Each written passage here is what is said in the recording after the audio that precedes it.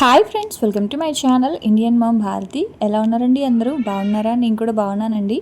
మీరందరూ ఎలా ఉన్నారో నాకైతే కామెంట్ సెక్షన్లో కామెంట్ చేయండి. అలాగే సబ్స్క్రైబ్ చేయకుండా చూస్తున్న వాళ్ళందరూ ప్లీజ్ ఫ్రెండ్స్ సబ్స్క్రైబ్ చేసుకుంటారని అనుకుంటున్నాను. మీరు సబ్స్క్రైబ్ చేసుకుంటేనే నేను వీక్లో పెట్టే ఈ 2 వీడియోస్ అనేవి మీ దాకా వస్తాయి, లేకపోతే నోటిఫికేషన్స్ అన్నీ మీకు రావు. సో ఖచ్చితంగా మీరు సబ్స్క్రైబ్ చేసుకొని నన్ను సపోర్ట్ చేస్తారని అనుకుంటున్నాను. సో ఇంక ఇవాళ వ్లాగ్ వచ్చేసి రాఖీ పండుగ రోజు వ్లాగ్ అండి. మా ఆడబొడుచు వాళ్ళందరూ వస్తూ ఉన్నారనమాట. అంటే మా ఆడబొడుచు వాళ్ళ ఫ్యామిలీ మా వారికి రాఖీ అది కట్టడానికి. సో ఇంకా వాళ్ళ కోసం అని చెప్పి నేనైతే కస్టర్డ్ అయితే చేస్తూ ఉన్నాను. చాలా ఇష్టము. అందులోనూ ఇంకా ముందు రోజు పూజ చేసుకున్నాను కదా, వరలక్ష్మి వ్రతము. సో మనకి పూజలు చేసినప్పుడు ఏంటంటే ఒక 5 రకాల పళ్ళు అవన్నీ అమ్మవారి దగ్గర పెడతాం కదా. సో పెట్టినప్పుడు అసలు అవి పిల్లలు అస్సలు ఫ్రూట్స్ అయితే తినరండి. అదే ఇలా కనుక కస్టర్డ్ కనుక చేసి ఇచ్చేస్తే మంచి డెజర్ట్ అనమాట. ఇది మాత్రం చాలా సింపుల్గా చేసుకోవచ్చు. అన్ని రకాల ఫ్రూట్స్ ఉన్నప్పుడు చేస్తే మాత్రం చాలా టేస్టీగా ఉంటుంది. సో ఇంకా ఫస్ట్ అయితే చూసారు కదా కస్టర్డ్, అదైతే నేను ఫస్ట్ ఛానల్లో మీకు చాలాసార్లు చూపించాను కదా, అందుకే ఇంకా ఏమీ చూపించలేదు.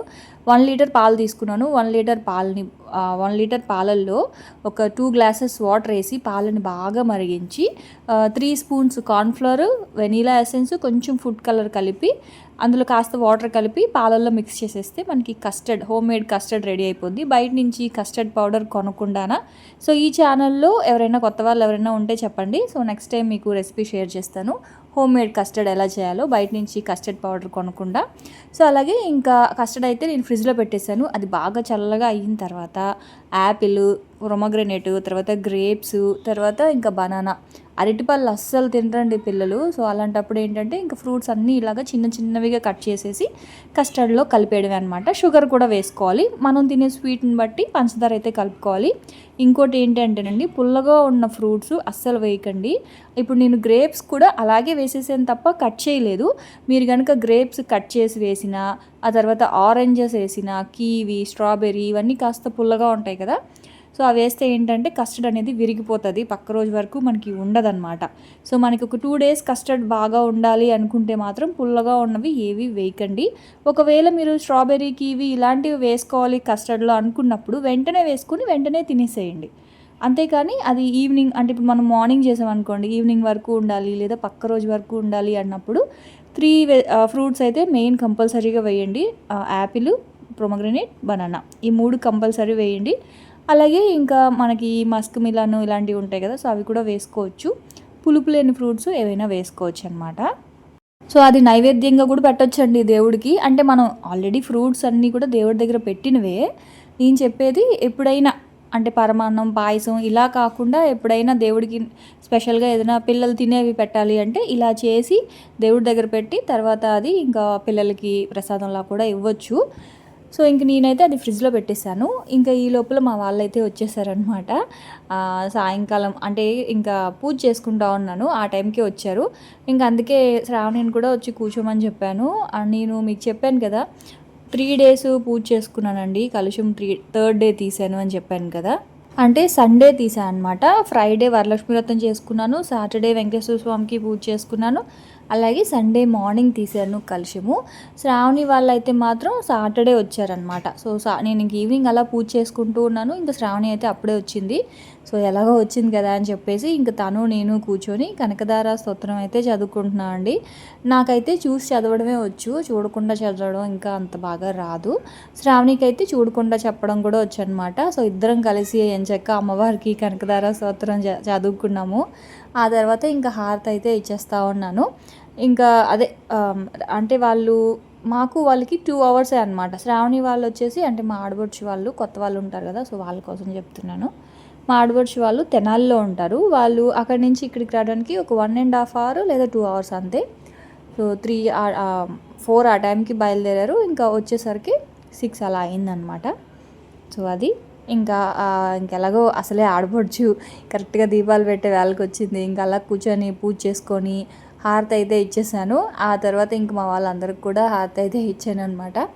అత్త కోసం అయితే మార్నింగ్ నుంచి వెయిటింగ్. యాక్చువల్గా మధ్యాహ్నమే వాళ్ళు రావాలి, కాకపోతే ట్రైన్లు అసలు లేవని చెప్పేసి ఇంకా వాళ్ళు బయలుదేరేసరికి ఈవినింగ్ 3-4 ఆ టైంకి బయలుదేరారు. ఇంకా వచ్చేసరికి 6 అలా అయిపోయింది. మార్నింగ్ నుంచి అత్త ఎప్పుడు వస్తుంది అని చెప్పేసి ఎవ్రీ ఇయర్ అంటే లాస్ట్ ఇయర్ వాళ్ళ చెల్లి కట్టింది. కాకపోతే ఇంక ఈ ఇయర్ తనకి వాళ్ళు దూరంగా ఉన్నారు, సో రావడానికి అవ్వలేదు. అయితే ఇంకా శ్రావణి మళ్ళీ పిల్లలు ఫీల్ అవుతారని చెప్పేసి లక్కీ విష్ణుకి కూడా శ్రావణియే కట్టిందనమాట రాఖీ అయితే. అలాగే ఇంకా గౌతమ్, భూమి అందరూ ఉన్నారు కదా, సో వాళ్ళకి వీళ్ళకి అందరికీ కలిపి శ్రావణి రాఖీలు అయితే తెచ్చింది. ఇంకా వాళ్ళందరికీ కాజు కట్లే అంటే ఇష్టం అనమాట, సో అవైతే తీసుకొచ్చింది. ఈ ఫార్మాలిటీస్ అన్నీ కూడా మనం చిన్నప్పటి నుంచి అలవాటు చేయాలండి ఖచ్చితంగా పిల్లలకి. నిజానికి చెప్పాలంటే చాలా మంచిదండి.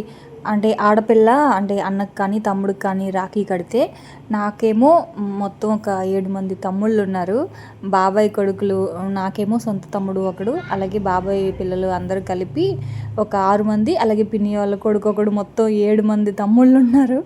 కట్టాలే కానీ కాకపోతే చిన్నప్పటి నుంచి అంత ఎక్కువగా మాకు అలవాటు చేయలేదు, అంటే అలవాటు లేదు.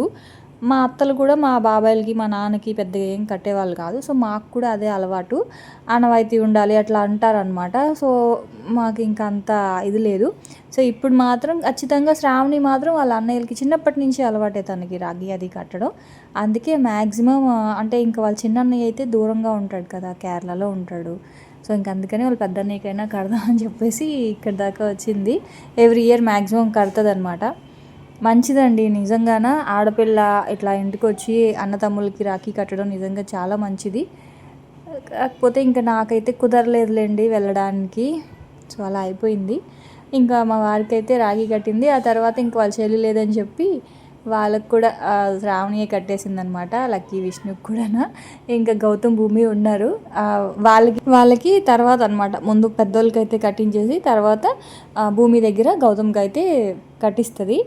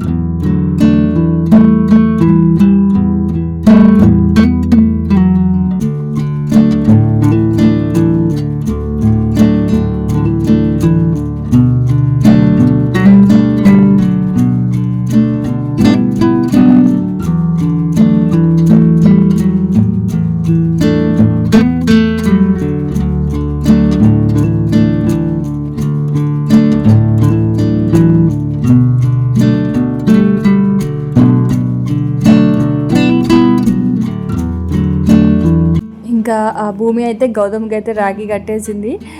అదేమో అక్షంతలు వేసింది, కానీ అన్నయ్య కాళ్ళకి దండం పెట్టవే అంటే మాత్రం అస్సలు చూడండి అసలు వంగట్లేదు, అంటే సిగ్గుపడుతుంది. ఆ తర్వాత ఇంక వాడేమో ఆ కాలు మొక్కు అంటాడనమాట. వాడికి బాగా సరదాగా ఉంది. సో ఇవన్నీ చిన్న చిన్నవే మెమరీస్ అండి నిజంగాన. అవన్నీ కూడా నిజంగా పిల్లలందరికీ కూడా అలవాటు చేయాలి. అప్పుడే వాళ్ళ రిలేషన్ అనేది చాలా బాగుంటుంది, బాండింగ్ బాగుంటుంది. అన్న చెల్లెలు కావచ్చు, అక్క తమ్ముళ్ళు కావచ్చు, వీళ్ళకంతానా. సో అంటే వాళ్ళు కూడా వెయిట్ చేస్తారనమాట, రాఖీ వస్తుంది, మా చెల్లి వస్తుంది అంటే పెద్ద అయిన సంగతి చెప్తున్నాను. సో ఆ గుర్తు అనేది ఉండాలి. ఆ తర్వాత ఇంకా శ్రావణికి యాక్చువల్గా తను వరలక్ష్మి వ్రతానికి వస్తుందేమోలే అని చెప్పి తన కోసం శారీ అది తీసి పెట్టాను. ఇంకా అది శారీ అయితే మాత్రం నా తాంబూలం అనమాట. ముందు రోజు ఇవ్వలేకపోయాను కదా, అందుకని చెప్పేసి ఇంక ఇప్పుడైతే తాంబూలం అయితే ఇచ్చాను. తను నేను సేమ్ శారీస్ తీసుకున్నాం అని చెప్పాను కదా. అయితే ఇంకా అన్నయ్య పక్క నుంచి అంటున్నారు, బాగా పెట్టుకోదన్నం అని చెప్పేసి ఇంకా అలాగా అంటూ ఉన్నారు అనమాట. ఆ తర్వాత ఇంకా శారీస్ అయితే మాత్రం తను నేను ఒకేలాంటి శారీస్ అయితే తీసుకున్నామండి. అంటే పెట్టాను, మళ్ళీ ఎందుకులంటే బ్లాక్ రాకూడదు అని చెప్పారు కదా, అందుకని బ్లాక్ లేకుండా ఇంకా చాలానే ఉన్నాయి, కానీ బ్లాక్ లేకుండా ఉన్నవి చూసి పెట్టాను అనమాట. మా వారేమో ఎక్కిరిస్తూ ఉన్నారు, ఏదో పెద్దలు కట్టుకునే చీరలు కొన్నావేంటి అని చెప్పేసి. కానీ నిజానికి అది ఇదండి, మనకి కలంకారీ డిజైన్స్ వస్తాయి కదా, కలంకారీ మంగళగిరి సిల్క్, సో అదనమాట. క్లాత్ అయితే మాత్రం చాలా బాగుంది, చాలా సాఫ్ట్గా, చాలా మెత్తగా, ప్యూర్ సిల్క్ అనమాట. 1100 పడింది శారీ అయితే మాత్రం, చాలా బాగుంది. కాకపోతే డిజైన్ మాత్రం ఎక్కువ, అంటే మనకి కలంకారీ అంటే కొంచెం వస్తాయి కదా ఆవులు, పీకాక్స్ ఇట్లా వస్తాయి కదా. సో అవి వాటిల్లో కాస్త బ్లాక్ వచ్చేసింది అనేసి ఇంకా తీసుకోలేదు. మీతో అప్పుడు షేర్ చేశాను కదా నేను సౌత్ ఇండియా షాపింగ్ మాల్కి వెళ్ళానని చెప్పేసి. సో అప్పుడు తీసుకున్న శారీస్ ఈ 2 అనమాట. మీకు అప్పుడు చూపించలేదు కదా శారీస్, అందుకే ఇప్పుడు చూపిస్తూ ఉన్నాను. బ్లూ అయితే నేను తీసుకున్నాను. మెరూన్ యాక్చువల్గా మెరూనే బాగుంది, నాకు మెరూన్ నచ్చింది. కాకపోతే మెరూన్స్ నా దగ్గర చాలా ఉన్నాయి, సరే ఎందుకులే అని చెప్పి ఇంకా శ్రావణికి మెరూన్ ఇచ్చి నేనైతే బ్లూ తీసుకున్నాను అనమాట. సేమ్ శారీసే, కలర్ కొంచెం కాస్త డిఫరెన్స్ అంతే. ఆ తర్వాత ఇంకా శారీస్ ఎవరిని కూడా లోపల పెట్టేసి ఇంకా కస్టర్డ్ అయితే అంటే కొంచెం బాగా చల్లగా అయ్యింది. ఫస్ట్ అయితే ఇంక ఇదైతే పెట్టిచ్చేస్తూ ఉన్నా అనమాట. అప్పటికే లేట్ అయిందని చెప్పి ఇంకా ముందు పూజ చేసిన వెంటనే ఇంకా రాఖీ అయితే కట్టేసింది. ఆ తర్వాత ఇంకా పిల్లలకైతే కస్టర్డ్ ఇచ్చేస్తున్నాను. చాలా బాగుంటుందండి కస్టర్డ్ మాత్రం, అంటే అందరికీ తెలిసే ఉంటుందిలేండి, ఇదేం పెద్ద రెసిపీ అనేం కాదు. ఇంక ఇవాళ అయితే పెద్దగా రెసిపీ అయితే ఏం షేర్ చేయలేదు. మీకు ముందు ఇందులో కూడా మంచి రెసిపీస్ అయితే షేర్ చేస్తానండి. కాకపోతే ఇంక ఇప్పుడు ఈ పూజలు పండగలు హడావిడిలో స్పెషల్ రెసిపీస్ మీద ఏం పెద్ద కాన్సన్ట్రేట్ చేయలేకపోతున్నాను. తర్వాత అంటే కొంచెం ఈ పండగలు ఇంక తెలుసు కదా, శ్రావణ మాసం అంటే ఇంక అందరం బిజీగా ఉంటారు, అందరు ఆడవాళ్ళు. సో మీరు కూడా ఏమీ స్పెషల్స్ చేయలేరు కదా ఈ పూజల్లో. సో ఈ పూజలు ఈ మంత్ అంతా కొంచెం ఇలాగే గడుస్తుంది. ఈ మంత్ అయిపోయిన తర్వాత మళ్ళీ మన రెగ్యులర్ రొటీన్లోకి వెళ్ళిపోతే అప్పుడు ఏదైనా స్పెషల్ రెసిపీస్ అవన్నీ కూడా మీతో షేర్ చేస్తాను. సో ఇంకా ఎవరైనా సబ్స్క్రైబ్ చేయకుండా మన పాత ఛానల్లో చూసే వాళ్ళు ఉంటే ప్లీజ్ సబ్స్క్రైబ్ చేసుకోవచ్చు కదా. మీకు తెలుసు కదా, నేను కొన్ని సంవత్సరాలుగా ఈ ఛానల్లో కూడా అంటే సబ్స్క్రైబ్ చేసుకొని కొంచెం సపోర్ట్ చేయొచ్చు కదా. అంటే ఎందుకు చెప్తున్నానంటే నేను తర్వాత ఆ ఛానల్లో వీడియోస్ అనేవి ఒకటే పెడతాను, అంటే డైలీ పెట్టను, డే బై డే అలా పెడుతూ ఉంటానన్నమాట. సో ఇందులో ఒకటి అందులో ఒకటి. సో అప్పుడు మీకు నోటిఫికేషన్స్ రావాలి అంటే ఖచ్చితంగా ఈ ఛానల్ కూడా సబ్స్క్రైబ్ చేసుకుంటేనే మీకు నోటిఫికేషన్ అనేది వస్తుంది. సో అందుకనే చెప్తున్నాను. ఆ తర్వాత ఇంకా మా వారికి అన్నయ్యకి ఏంటి అంటే టీ అడిగారు. కస్టర్డ్ తర్వాత తింటానమ్మా అని ఇంకా టీ అడిగితే సరే అని వాళ్ళ కోసం టీ అయితే పెట్టేసి టీ ఇచ్చేసాము. నేను అన్నయ్య సీను టీ అయితే తాగామన్నమాట. ఆ తర్వాత ఇంకా నైట్ డిన్నర్లోకి పిల్లలు మాత్రం పాస్తా అడిగారు. సరే అని చెప్పేసి ఇంకా వాళ్ళ కోసం పాస్తా అయితే చేస్తున్నానండి. చాలా బాగుంటుంది, పిల్లలు అయితే చాలా ఇష్టంగా తింటారు. సో ప్రాసెస్ ఏంటి అంటే ఇక్కడైతే ఒక 1 లీటర్ పాలని బాగా మరిగించుకోవాలి. ఎప్పుడైనా సరే పాలు బాగా మరగాలి అంటే 1/2 లీటర్కి 1 గ్లాసు, లీటర్కి 2 గ్లాసెస్ వాటర్ వేసేసి ఆ 2 గ్లాసెస్ పాలు బాగా మరిగే అంటే ఆవిరైపోయే వరకు మరిగిస్తానండి. ఎందుకంటే నాకు పాల వాసన వస్తే అస్సలు నచ్చదు. అందుకే పాలు మాత్రం పాయసం చేసిన ఏ రెసిపీ చేసిన పాలతో చాలాసేపు మరిగిస్తానమాట.